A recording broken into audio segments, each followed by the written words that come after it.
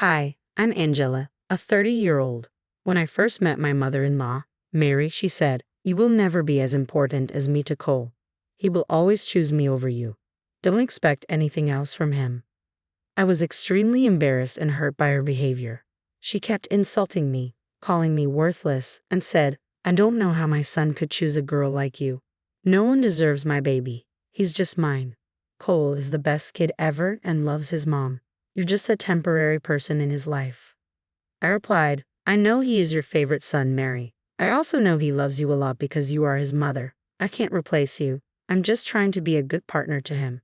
You don't have to see me as competition. I want us to have a relationship." Mary responded, "You can never be my competition. Besides, you are only here for a while, so don't get carried away. He will dump you sooner or later." Mary's rudeness really shocked me. My boyfriend, Cole, is nothing like her. He is super kind and caring. It was painful to experience this because I would never ask Cole to choose me over his mom. I lost my parents when I was young, so I understand how important parents are. Cole has always been loving towards me, and he holds his mother in high regard. His father, Billy, divorced Mary when they were kids, and Cole has some resentment towards him. He prefers his mom over everyone else, believing she sacrificed a lot to raise him. Cole once told me, "All my ex-girlfriends hated my mom. I have no idea why. She's a little dependent on me because she never married again. She spends a lot of time taking care of us and expects a lot of emotional support from her kids." I said, "She sounds like a great person, especially since you speak so highly of her. She also raised such a fine man like you. I already hold her in high regard." Cole replied, "See, at least you consider that. I don't know why no one else could tolerate her. We have to be compassionate. I can't just leave her like Dad did." I agreed, "Cole, I'm sure they had their reasons, but you're right. You can't just drop your mom for anyone." In the future, I would end up being one of those girls who disliked his mother, making things difficult for him. His siblings, Dean and Tamara, tried to warn me when I met them. They were very warm and understanding, unlike Mary. I was confused about how Cole and his siblings turned out so nice with Mary as their mom. Dean and Tamara explained, "Angela, we know you've met our mother. You don't have to pretend to like her. We don't worship her like Cole does. He can be a little too naive when it comes to mom." They clarified, "Yeah, I mean mom did raise us, but she wasn't exactly a great parent, although Cole might think otherwise. I think Mary didn't like me very much. I tried my best to reassure her, but she seemed firm in her judgment of me." "I'm sorry you had to go through that," Dean said. "I just hope she didn't say anything overly hurtful." "Look, I don't know if Cole told you, but she's always been this way towards his girlfriends," Tamara added. "I actually have a lot of stories to tell. Yeah, she had a habit of chasing them away. Mom just can't take it when Cole and me give attention to someone other than her. She thinks that just because she chose not to date, she's entitled to all our time and attention." "Angela, we really like you, so take this as a warning. Cole can be very dense when it comes to mom. He takes her side most of the time, and we know it has cost him many relationships. Don't let mom win this time. You were perfect for Cole." I don't know, guys. It feels very weird to compete with his mother. I don't have my parents anymore, so I feel bad for Mary. I don't want to take Cole away from her. Believe me, Angela, he really needs to be away from her. Otherwise, he will never be happy, Dean said. Dean and Tamara gave me some good insight into what my relationship with Cole might become. It was true that Cole spent a lot of time with his mother. He often canceled dates to be with her. Mary also called him over for every minor inconvenience. She never worked and was still getting alimony from Billy. I met Billy a long time after I met Mary and the siblings. Billy seemed to be more like Cole and the siblings, and it was easy to see why he had to divorce Mary. I never had a problem with Cole canceling dates for Mary if there was a genuine emergency.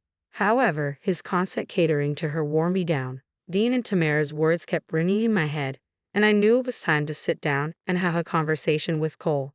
I said to him, "Cole, I like that you take care of your mother so much, but you're starting to neglect me. This month, you have canceled all our dates just to be with her. It's getting annoying. You know mom relies on me a lot. Dean and Tamara don't bother to visit anymore, so I'm the only one who has to help." Cole replied, "I can understand if she needs your help or if there's an emergency, but you canceled our dates for no reason. You don't have to run to her when she is slightly bored." "Well, she is my mom and doesn't have anyone else. Do you expect me to drop her when I'm with you?" I'm not saying that, Cole. I just want you to start thinking about which visits are important and which are not. No matter how much I tried to make him understand, Cole never agreed with my reasoning. However, he did promise to make it up to me. I was pretty miffed but didn't complain because he was trying his best. Slowly, I was starting to realize why none of his exes liked Mary. She was unbearable. Every time I was with Cole, she would try to get his attention. When she realized I was more permanent than she thought, she started to become more demanding. It all came to a head when Cole proposed to me. I obviously said yes because I loved him. He was the man of my dreams and exactly everything I wanted. Both Cole and I were over the moon. We decided to invite his family for dinner to announce our engagement. Cole happily called his family and asked them to come over. Billy was the first one who came. He was super excited for us and gave us his heartiest congratulations. Dean and Tamara also came early and were extremely excited for the wedding. But when Mary walked in and saw the ring on my finger, she just flipped out. Cole, am I seeing things? Did you propose to her? Yes, Mom. I popped the question yesterday. She said yes. I asked everyone to dinner to announce the engagement. You have to be kidding me. What is wrong with you, Cole? You were too young to settle down with whoever you find on the street. You didn't even consult me before asking her. Mom, what are you saying? You always knew I was going to propose to her. But I never gave you permission. How dare you propose without asking me? Why did you spend so much money on the ring? This stupid girl doesn't deserve anything so expensive. Angela, are you happy now that you have taken away my boy? Mary, what are you saying? You should be happy for us. We love each other and you are my family as well now. Mary, calm down. It's natural Cole would settle down with Angela. She is a great girlfriend, and we all knew the engagement was coming. Stop making a scene. This is ridiculous. Cole doesn't need your permission to marry. He's old enough to make his own decisions. Mary just wouldn't listen to anyone. She kept screaming at us and calling us names. Some of the things she said about me were downright nasty, things I can't even repeat here. Cole was pretty stunned throughout the whole debacle and didn't say much. It was just Mary screaming while the rest of us tried to calm her down. After a while of screaming and crying at us, Mary left. The rest of us decided to sit for dinner so that the food wouldn't go to waste. Before everyone left, Tamara pulled me aside and said, Angela, I think it's time you set some boundaries with Mom. She called you horrible things in front of us. Tamara, I think I've had enough. I tried so hard to make her like me, but I won't do that anymore. She has disrespected me a lot today, and I won't put up with this anymore. I hope Cole understands. Hold your ground. If he loves you and wants you, he'll listen. After everyone left, Cole and I cleaned up and then I signaled him to the living room. It was time to put some boundaries between us and Mary. I sat him down and said, Mary was horrible to us today. I think we can agree on that. She overreacted a little. I guess I shouldn't have sprung this on her. If only I had discussed this with her. Cole, you are a grown man and don't have to discuss these things with your mom. Why are you still defending her? Didn't you hear what she said about me? Are you okay with that? Of course not, Angela. I'm not okay with that. But it's just that she has never behaved this way before. Trust me, Cole, she has done this before. Every time you were away, Mary used to berate me and call me names. She is obsessed with you. Can't you see that? What are you saying, Angela? My mom has been talking about you all this while. Why didn't you tell me before? Because you have a habit of defending her every time. Look, I know she is your mom and you want her in your life, but I'm going to have low contact with her. You need to rethink your actions and stop catering to her demands all the time. We discussed the problems with Mary, and Cole agreed to set up boundaries. I was happy that he was finally starting to see through Mary's toxic ways. However, he still held her dear and refused to criticize her for anything. Thankfully, he went over to talk to Mary and told her to stay away from me. Wedding planning was equally exhausting with Mary creating trouble. She even went as far as to change the decorations and try to cancel the venue. My maid of honor had the foresight to install passwords so that only Cole and I could make changes. When we were informed about Mary's meddling, I was furious. However, Cole tried to play it down and promised to handle Mary on his own. Things were pretty tense between us as well. Mary absolutely lost it when she found out we bought a house together. Cole and I found our dream house, and Billy offered to help with the down payment. We bought it immediately and put both our names on it. Mary didn't like this at all. She even called Cole and berated him for ignoring her wishes and getting a house with me. Mary wanted Cole to live with her once her lease was up and didn't want him to spend money on a house with me. The wedding itself was uneventful since Mary was given a stern talking to by Cole. My bridesmaids and maid of honor also kept an eye on her so that she couldn't mess things up. However, things went south when we went on our honeymoon. One night, we got a call from Mary. She said, "Cole, I have been in an accident. I'm at the hospital. The doctors are saying that I have become paralyzed. I need you right now." "What? Where are you, Mom? Tell me the name of the hospital. We will come back immediately. You should have called me sooner." "I didn't want to spoil your honeymoon. I knew Angela would not let you come back." "Don't worry, I will get discharged tomorrow, but how will I manage on my own? I can't even move. There's no one to take care of me." "Don't worry, Mom. You can stay with us. I'll take care of you. I'm sure Angela is okay with this. I'll come to get you when I return. Take care of yourself." Cole quickly called his siblings and Billy as well. However, they were pretty confused by the whole deal. They didn't even know Mary had an accident. Apparently, when they called her up, she forbade them from visiting her in the hospital. Cole was upset and said that Mary was mad at everyone for abandoning her. He also felt bad for neglecting her the previous year, so he decided to end our honeymoon there. There was nothing I could do. When we went back, Mary was already at her house. She was in a wheelchair and started to cry when she saw Cole and me. Cole assured her that he would never abandon her again. This time, he never even asked me anything. Mary also kept giving me weird looks and making snide comments about how I couldn't keep Cole away from her. I stayed quiet because there was no point in attacking her when she was hurt. One thing was definitely bothering me. Mary never showed us any medical documents or doctor's notes. She even refused to say which hospital she had been to. Cole ignored those red flags and simply told me to leave her alone. When we took her to our house, Mary said, "Son, you seriously can't think about putting me in a guest room. It would be so uncomfortable. It would be better if I get the master bedroom. Your room is so much bigger and has all my needs. I'm so sick right now. I need comfort." "Of course, Mom. If you think the master bedroom will be better, you can stay there. We won't mind. I just want you to be comfortable right now." "Thank you so much, Cole. I hope Angela is not mad at me. You guys didn't even get to enjoy your new room first. I can stay in the guest room if she wants. Who cares if I'm uncomfortable?" "You can stay in the master bedroom, Mary. I never objected to it." Mary just looked at me and smirked. She was clearly enjoying the fact that Cole was paying attention to her. Cole never discussed anything with me before giving in to his mother's demands. He kept blaming himself for not being there for her. Dean and Tamara were also very weirded out by the situation.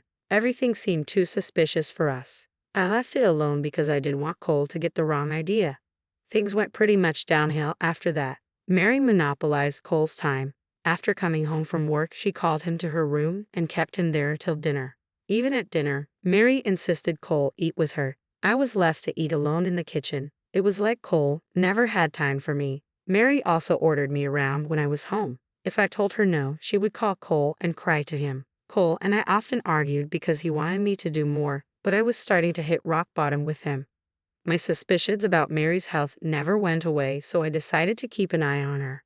One thing that Mary never knew was that we had cameras in the master bedroom. It was in place so we could keep track of things if they went missing. Neither I nor Cole told her about it. One day, when I was in the office, I decided to look at the recorded videos. Lo and behold, it was Mary walking perfectly fine and looking through all the drawers and cabinets in our room. I was shocked. Sure, I had my suspicions, but I didn't know Mary would do something like this.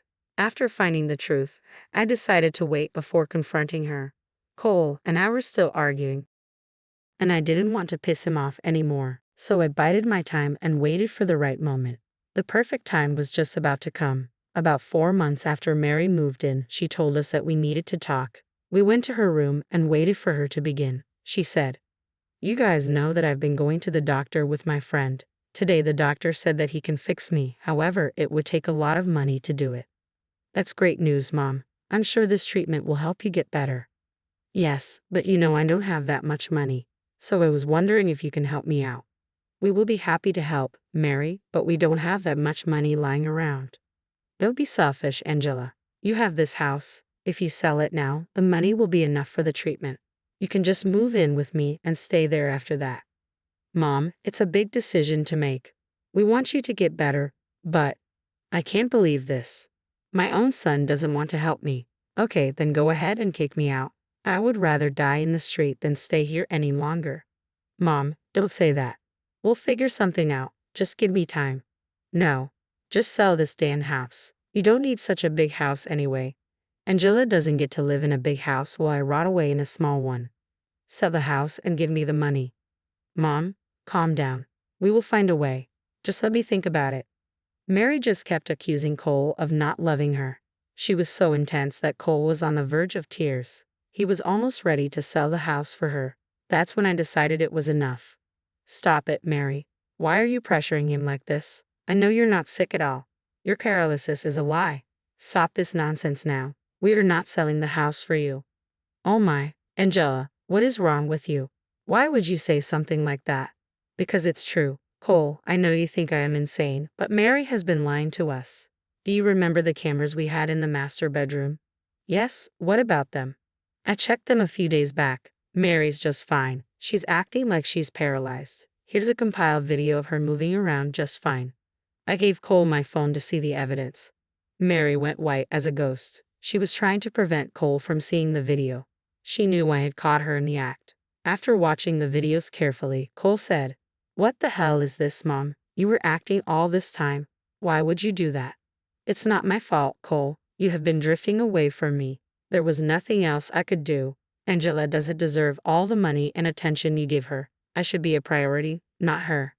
"Of course Angela is my priority. She's my freaking wife. I would always be there for you when you need me, but you were getting overwhelming for us." "How can you say that? I am your mother. You have to sell this house and move in with me. I had to act like a worthless disabled person to gain your attention. I deserve something for going through this nonsense." "You are not entitled to this house, Mary. You should be grateful we haven't kicked you out instantly." "Mom, you need to leave. I don't want to see your face right now. I need to be away from you." Mary kept crying and screaming that Cole was abandoning her again. However, this time Cole wasn't giving in to her. Next, she started to attack me verbally. The insults she threw at me were vile. She even brought up my dead parents to insult me. Cole had enough and threatened to call the police if she didn't leave. She went back to her house but kept calling repeatedly. Cole and I had some serious talks, and he apologized for being so naive about his mom. We discussed her awful behavior and decided that it was time for no contact. Even his siblings and Billy were horrified by what happened. They were also contemplating going no contact with her. Mary kept pestering us with calls for months. However, for now, she has gotten the hint and is staying away. We might consider establishing a relationship if she gets therapy and tries to be better, but for now, she is staying far away from us.